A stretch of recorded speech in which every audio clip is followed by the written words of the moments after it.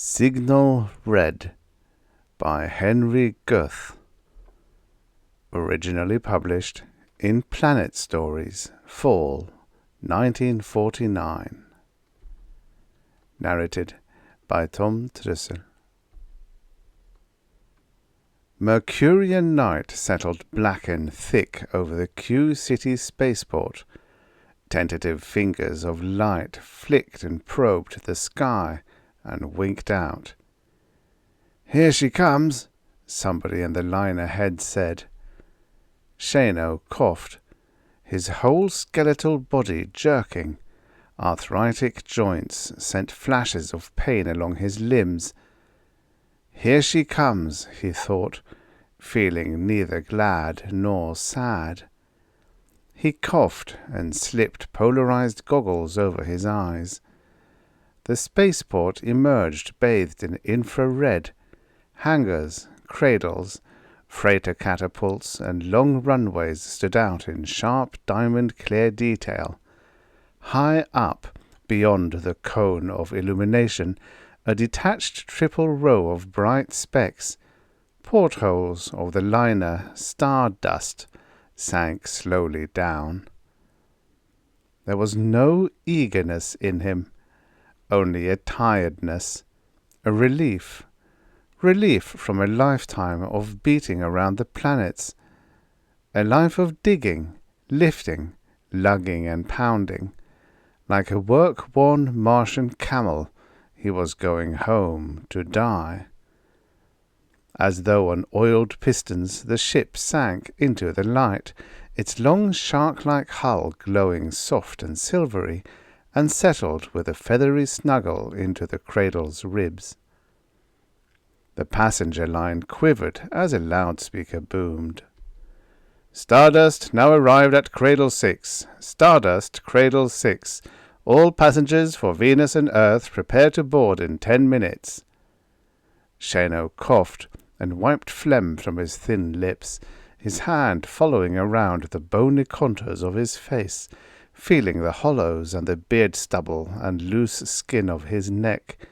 He coughed and thought of the vanium mines of Pluto and its gum-clogged lungs. A vague, pressing desire for home overwhelmed him. It had been so long. "Attention, attention, Stardust passengers. The signal is red. The signal is red. Refunds now being made. Refunds now. Take off in 5 minutes. The man ahead swore and flicked up an arm. "Red," he groaned. "By the infinite galaxies, this is the last straw."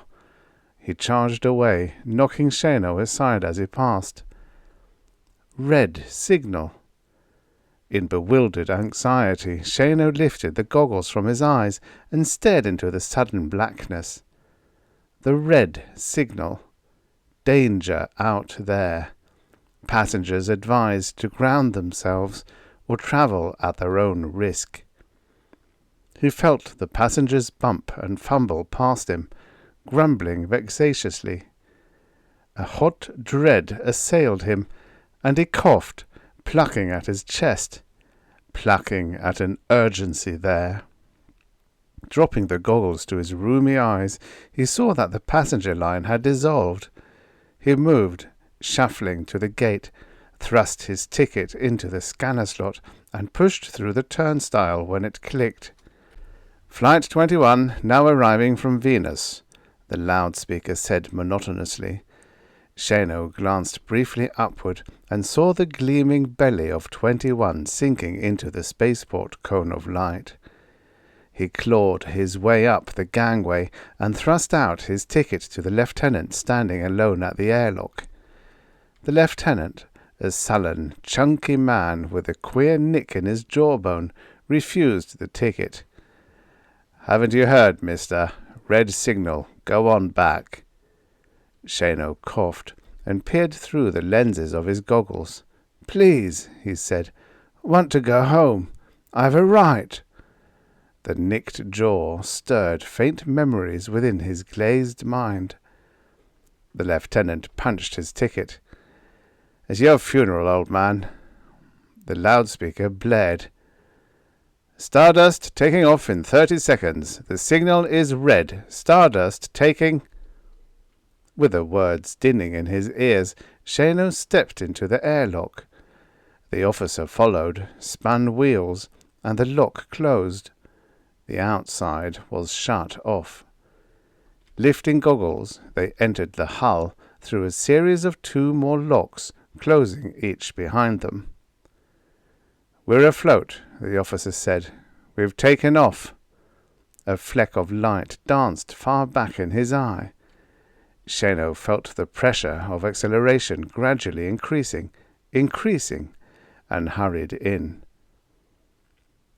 Captain Menthlow, a silver-moustached Jupiterian, broad, huge, yet crushable as a beetle, talked while his hand manipulated a panel of studs in the control room.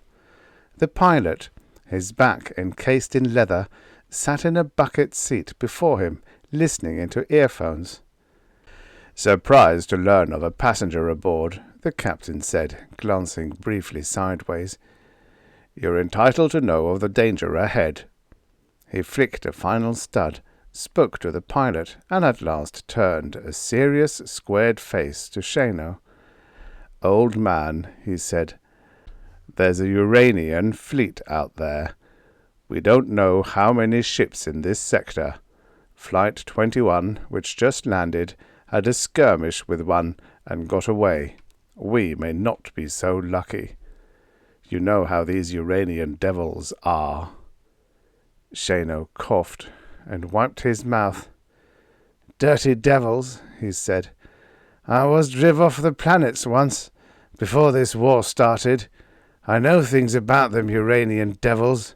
Heard them in the mines around. Hears things a labourer does." The captain seemed for the first time to realize the social status of his lone passenger, and he became a little gruff. "Want you to sign this waiver, saying you're travelling at your own risk. We'll expect you to keep to your cabin as much as possible. When the trouble comes, we can't bother with the passenger. In a few hours, we'll shut down the ship entirely, and every mechanical device aboard, to try to avoid detection." His moustaches rose like 2 spears from each side of his squared nose as his face changed to an alert watchfulness. "Going home, eh?" he said. "You've knocked around some by the looks of you. Pluto, from the sound of that cough." Shano scrawled his signature on the waiver. "Yeah," he said. "Pluto, where a man's lungs fight gas." He blinked watery eyes. "Captain, what's a notched jaw mean to you?" "Well, old man," the captain grasped Shano's shoulder and turned him around. "It means somebody cut himself shaving. You stick tight to your cabin." He nodded curtly and indicated the door. Descending the companionway to the next deck, Shano observed the nick-jawed lieutenant staring out the viewport, apparently idling. The man turned and gripped Shano's thin arm. "A light," he said, tapping a cigarette. Shano produced a lighted disc, and the chunky man puffed. He was an Earthman, and his jaw seemed cut with a knife, notched like a piece of wood. Across the breast of his tunic was a purple band with the name Rook. "Why are you so anxious to get aboard, old man?" He searched Shano's face. "There's trouble ahead, you know." Shano coughed, racking his body, as forgotten memories stirred sluggishly in his mind. "Yep," he said, and jerked free and stumbled down the steel deck. In his cabin he lay on the bunk, lighted a cigarette and smoked, coughing and staring at the rivet-studded bulkhead. The slow movement of his mind resolved into a struggle, one idea groping for the other. What were the things he'd heard about nicked jaws? And where had he heard them?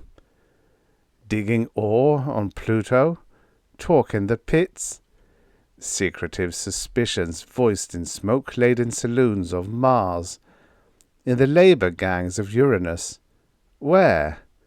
Shano smoked and didn't know, but he knew there was a rumour, and that it was the talk of ignorant men.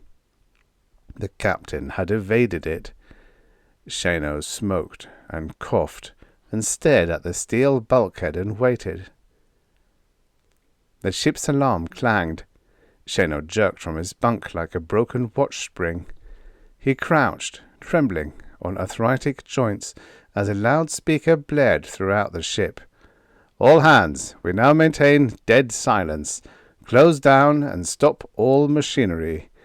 Power off and lights out.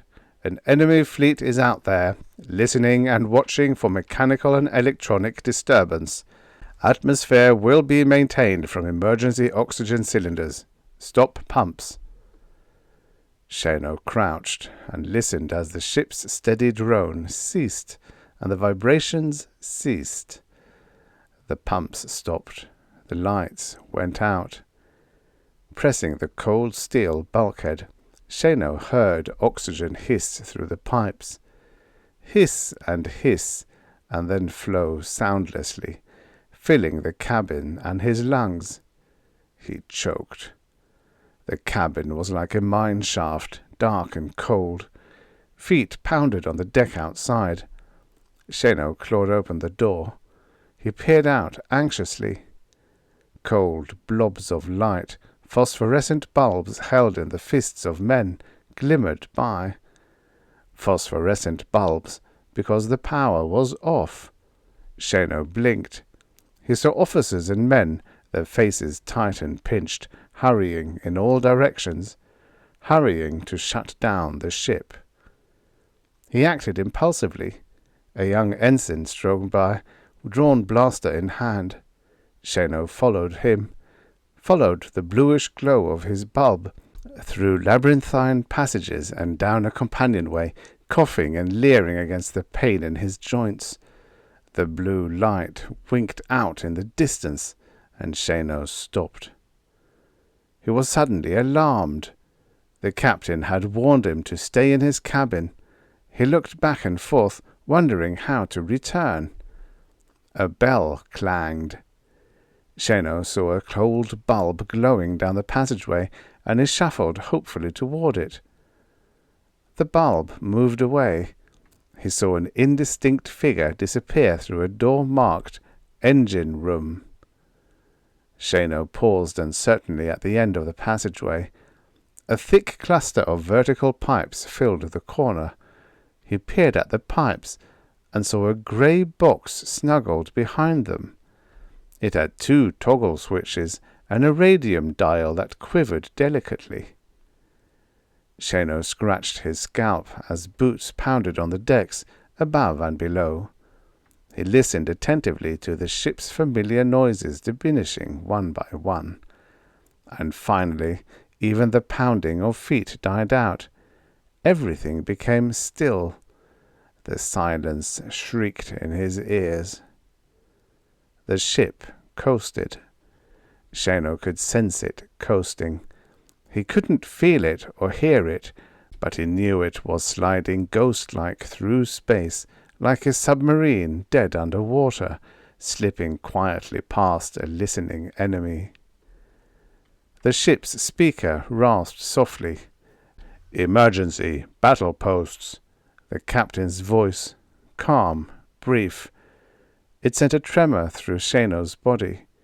He heard a quick scuffle of feet again, running feet, directly overhead, and the captain's voice more urgently. "Power on, they've heard us." The words carried no accusation, but Shano realized what they meant. A slip-up.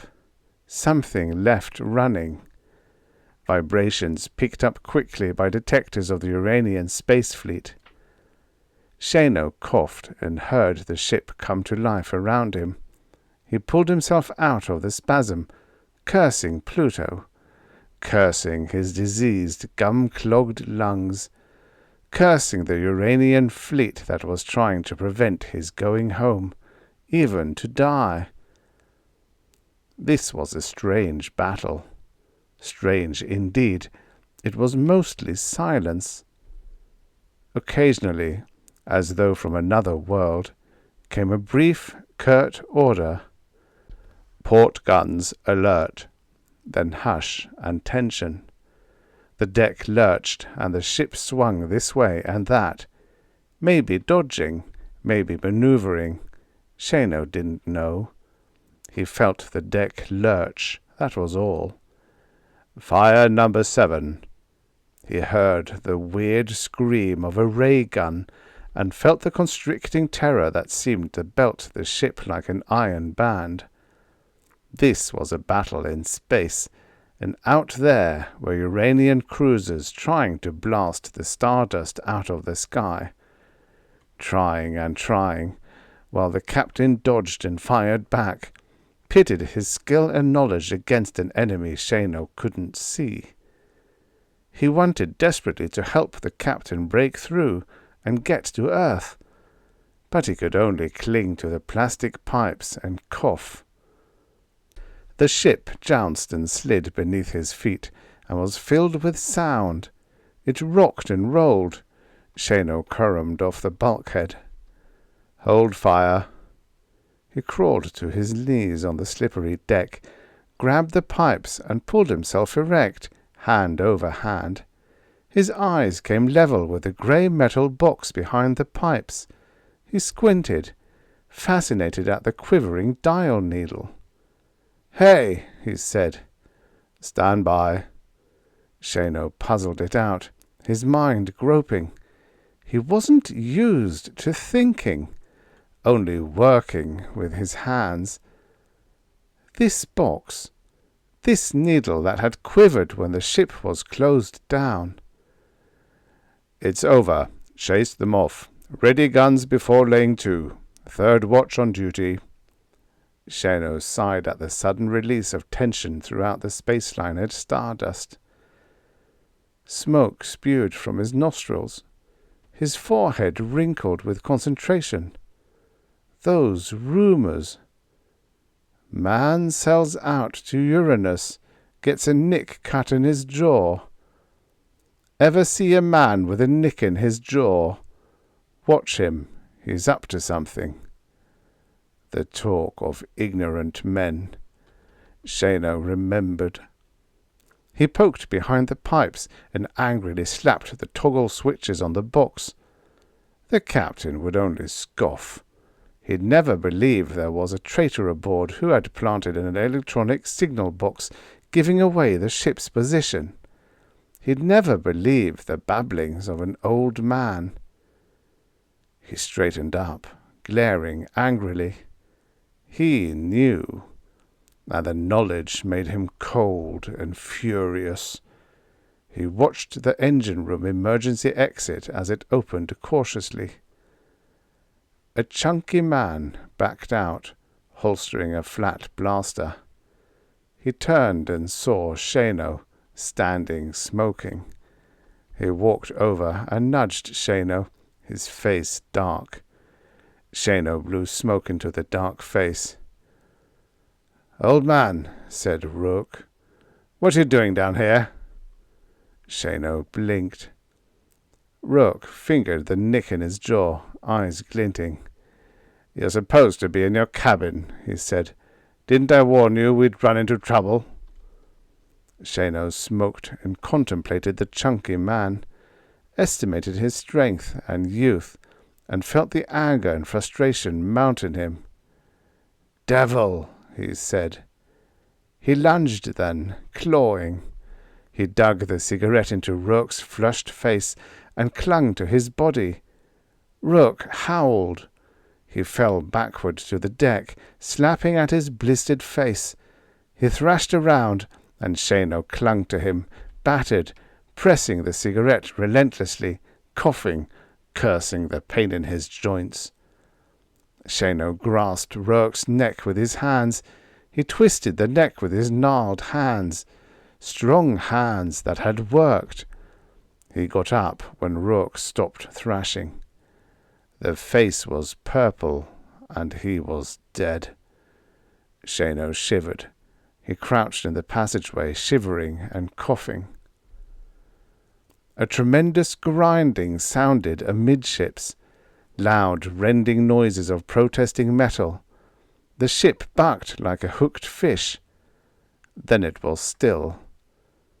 An empty clang echoed through the hull. The captain's voice came, almost yelling. "Emergency! Emergency! Back to your posts! Engine room! Report! Engine room!"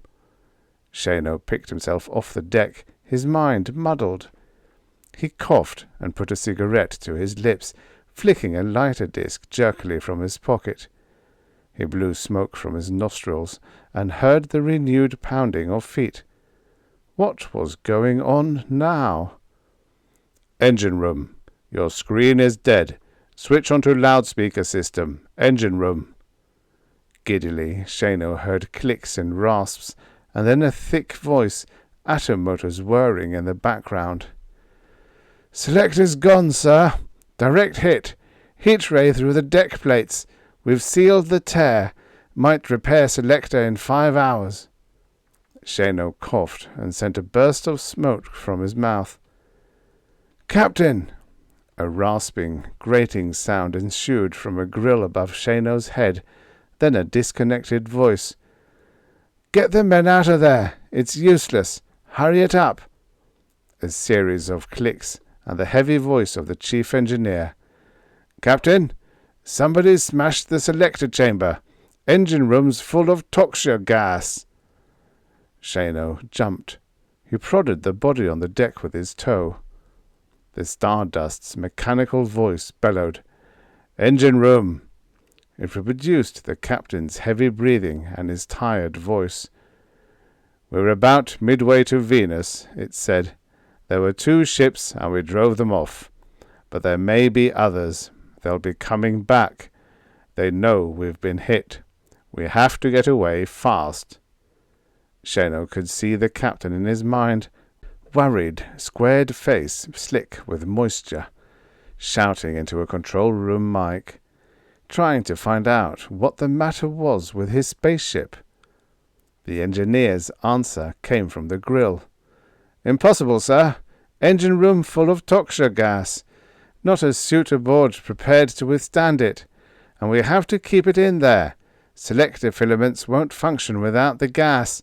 Our only chance was to put a man in the engine room to repair the broken selector valve rods or keep them running by hand." "Blast it!" roared the captain. "No way of getting in there. Can't you bypass the selector?" "No, it's the heart of the new cosmic drive, sir. The fuels must pass through selector valves before entering the tube chambers. Filaments will operate so long as toxic gas is there to burn, and we'll keep trying to open the valves and compensate for fluctuating engine temperature. But the rod pins have melted down, sir. They're common tungsten steel, and when the rods pull a valve open, they slip off and drop down, useless. It's a mess. If we could only get a man in there, he might lift up the dropped end of a rod and slip it into place each time it fell, and keep the valves working and feeding fuel." The speaker spluttered, and Shano smoked thoughtfully, listening to the talk back and forth between the captain and the engineer. He didn't understand it, but he knew that everything was ended. They were broken down in space and would never make Earth. Those Uranian devils would come streaking back, catch them floating, helpless, and blast them to bits, and he would never get home to die. Shano coughed and cursed his lungs. Time was when these gum-clogged lungs had saved his life. In the plutonian mines, gas explosions in the tunnels, toxic gas seeping in, burning the men's insides. But with gum-clogged lungs he'd been able to work himself clear, just getting sick where other men had died, their insides burned out. Shano smoked and thought. They wouldn't even know, he told himself. squirming through the emergency exit into the engine room and sealing it after him. And they wouldn't understand if they did. Pink mist swirled about him. Toxic gas. Shano coughed. He squinted around at the massive, incomprehensible machinery, the guts of the spaceship. Then he saw the shattered, gold-gleaming cylinder, gas hissing from a fine nozzle, and filaments glowing bluish inside it, still working away. He saw 5 heavy cast-steel rods hanging useless on melted-down pins, and the slots the pronged ends hooked into. He looked at his hands and shook his head. "One try," he said to himself. "One try, Shano. One important thing in your life.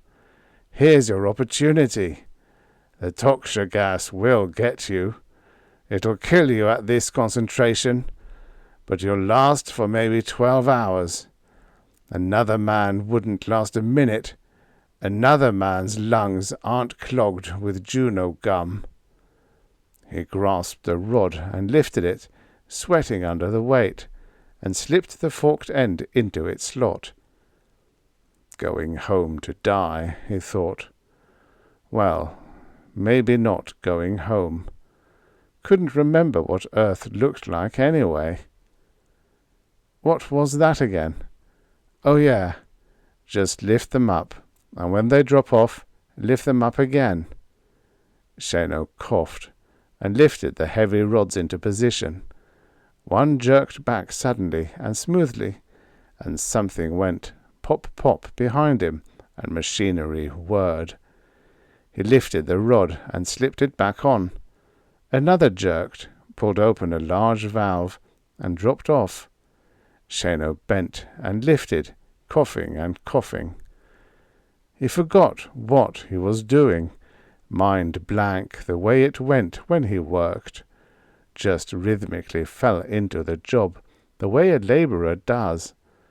He waited for a rod to slip and fall, then lifted it up and slipped it in place, skin sweating, joints shooting pain along his limbs. He heard the machinery working. He heard the high howling whine of cosmic jets. He, Shano, was making the machinery go. He was running the cosmic drive. A bell clanged somewhere. "Engine room, we're underway. What happened?" Silence, while Shano coughed and made the machinery go, thinking about the Earth he hadn't seen for many years. "Captain," the speaker bawled, "there's a man in there, working the valve rods. Somebody is in the engine room, and the gas isn't." Shano grinned, feeling good, feeling happy, lifting the heavy steel rods, driving the ship, keeping the jets screaming and hurtling the liner Stardust toward Venus. He wondered if they'd found Rourke yet. If he could keep going for 12 hours, they would get to Venus. After that... "Home," he coughed. "Hell! Who wants to go home?" He plucked at his agitated chest, thinking of a whole damned Uranian fleet swooping down on a spot in space, expecting to find a crippled ship there with a spy inside it, and finding nothing, because of Shano, a useless old man. Coughing came out all mixed up with laughing. The end.